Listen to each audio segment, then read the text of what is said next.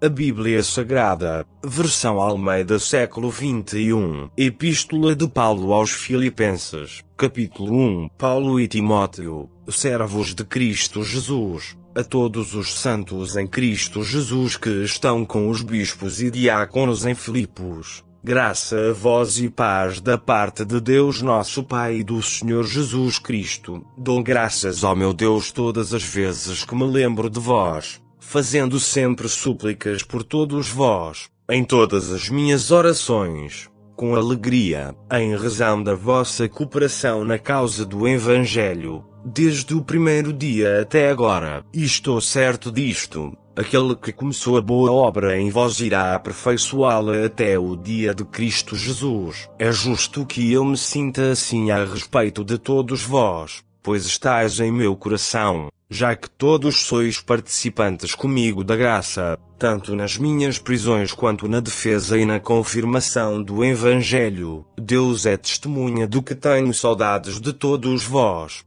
com a eterna misericórdia de Cristo Jesus, e peço isto em oração, que o vosso amor aumente cada vez mais no pleno conhecimento e em todo o entendimento, para que aproveis as coisas superiores, a fim de serdes sinceros e irrepreensíveis até o dia de Cristo, cheios do fruto de justiça, que vem por meio de Jesus Cristo, para a glória e louvor de Deus. Irmãos, quero que saibais que as coisas que me aconteceram contribuíram para o avanço do Evangelho, a tal ponto de ficar claro para toda a guarda pretoriana e para todos os demais que é por Cristo que estou na prisão, e, animados pelas minhas prisões, a maior parte dos irmãos no Senhor têm muito mais coragem para falar sem medo a palavra de Deus. É verdade que alguns pregam Cristo até mesmo por inveja e discórdia, mas outros o fazem com boas intenções. Estes o fazem por amor, sabendo que fui posto aqui para a defesa do Evangelho. Mas aqueles anunciam Cristo por discórdia, não com sinceridade, pensando que assim podem aumentar o sofrimento das minhas prisões. Mas que importa, de qualquer forma, contanto que Cristo seja anunciado, quer por pretexto, quer não, alegro-me com isso e, sim,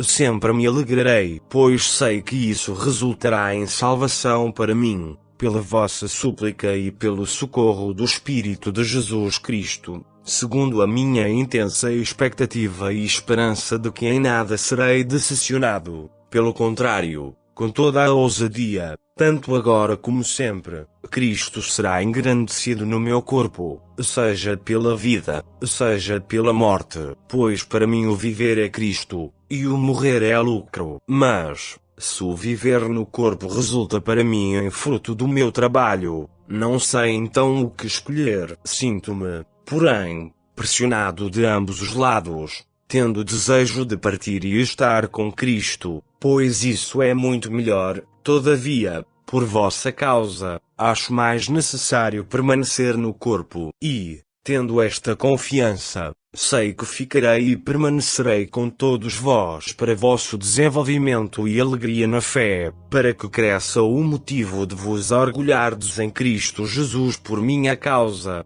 pela minha presença de novo entre vós. Somente portai-vos de modo digno do Evangelho de Cristo, para que, quer eu vá e vos veja, quer esteja ausente, ouça acerca de vós que permaneceis firmes num só espírito, combatendo juntos, com uma só alma, pela fé do Evangelho, e que em nada estáis atemorizados pelos adversários. Para eles, isso é sinal de perdição, mas, para vós, de salvação, e isso vem de Deus, pois, por amor de Cristo, vos foi concedido não somente crer nele, mas também sofrer por ele, tendo o mesmo combate que já vistes em mim e que agora sabeis que está em mim. Capítulo 2. Portanto, se há em Cristo alguma exortação, alguma consolação de amor, alguma comunhão do Espírito, se há qualquer sentimento profundo ou compaixão, completai a minha alegria, para que tenhais o mesmo modo de pensar,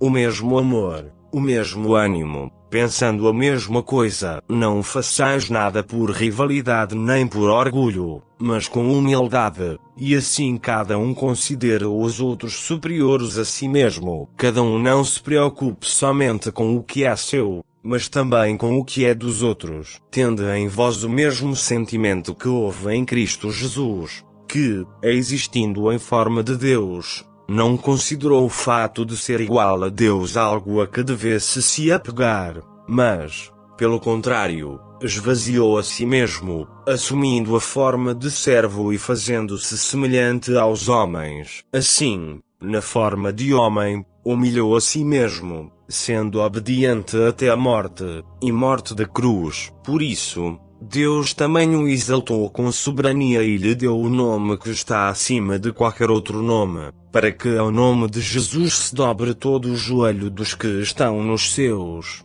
na terra e debaixo da terra, e toda língua confesse que Jesus Cristo é o Senhor, para a glória de Deus Pai. Assim, meus amados, como sempre obedecestes, não somente na minha presença, porém muito mais agora na minha ausência, realizai a vossa salvação com temor e tremor, porque é Deus quem produz em vós tanto o querer como o realizar, segundo a sua boa vontade. Fazei todas as coisas sem queixas nem discórdias, para que vos torneis filhos de Deus irrepreensíveis, sinceros e íntegros no meio de uma geração corrupta e perversa, na qual resplandeceis como luminares no mundo, retendo a palavra da vida, para que, no dia de Cristo, eu tenha motivo de me orgulhar do fato de que não foi em vão que corri ou trabalhei. Contudo, ainda que eu seja derramado como libação sobre o sacrifício e o serviço da vossa fé, alegro-me e me congratulo com todos vós,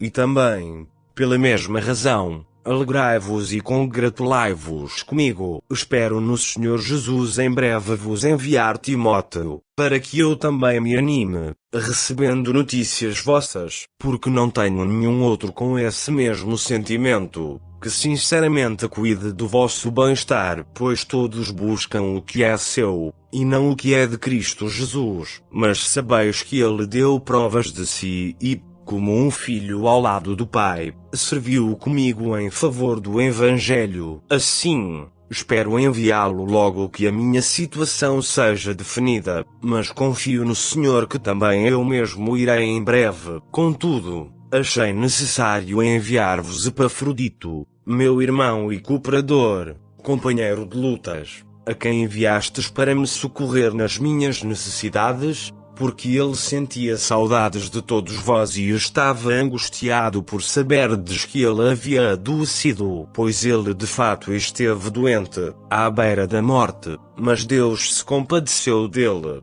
e não somente dele, mas também de mim, para que eu não tivesse uma tristeza após a outra. Por isso eu o envio a vós com mais urgência, para que vos alegreis vendo-o outra vez, e assim eu tenha menos tristeza. Recebei-o no Senhor com toda a alegria e honrai os homens como ele, pois ele chegou às portas da morte pela obra de Cristo, arriscando a vida para suprir-me o que faltava do vosso serviço. Capítulo 3. Meus irmãos, quanto às outras coisas, alegrai-vos no Senhor. Para mim não é difícil escrever-vos as mesmas coisas, e isso vos dá segurança. Tomai cuidado com esses cães, cuidado com os maus obreiros, cuidado com a falsa circuncisão, porque nós é que somos a circuncisão, nós, os que servimos a Deus em espírito, e nos orgulhamos em Cristo Jesus, e não confiamos na carne, se bem que eu poderia até mesmo confiar na carne. Se alguém pensa que pode confiar na carne, muito mais eu, circuncidado no 8º dia, da descendência de Israel,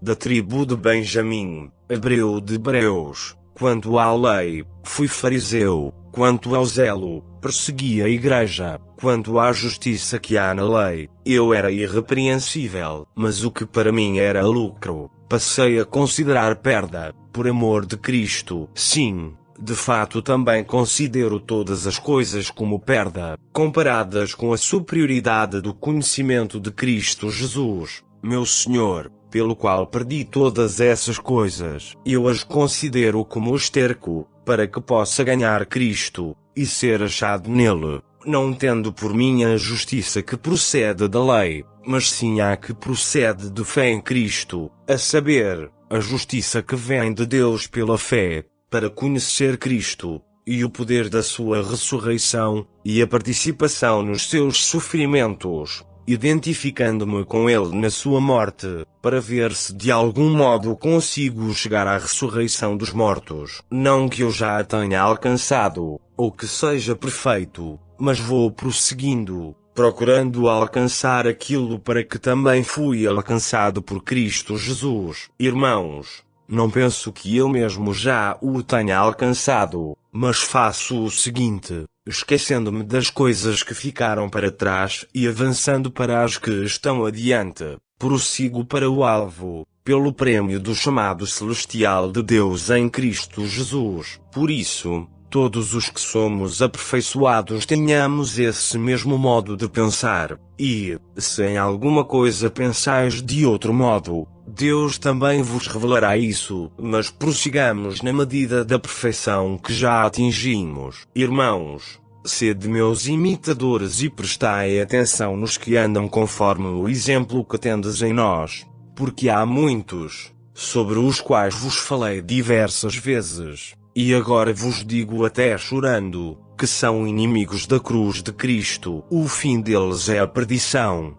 o Deus deles é um estômago, e a glória que eles têm baseia-se no que é vergonhoso. Eles se preocupam só com as coisas terrenas, mas a nossa pátria está no céu, de onde também aguardamos um Salvador, o Senhor Jesus Cristo, que transformará o corpo da nossa humilhação, para ser semelhante ao corpo da sua glória, pelo seu poder eficaz de sujeitar a si todas as coisas. Capítulo 4. Portanto, meus irmãos, a quem amo e de quem tenho saudades, minha alegria e coroa, permanecei assim, firmes no Senhor. Amados, suplico a Evódia e a Síntica que entrem em acordo no Senhor, e peço também a ti, meu verdadeiro companheiro, que as ajudes, pois trabalharam comigo no Evangelho, junto com Clemente e com meus outros cooperadores, cujos nomes estão no livro da vida. Alegrai-vos sempre no Senhor, e digo outra vez,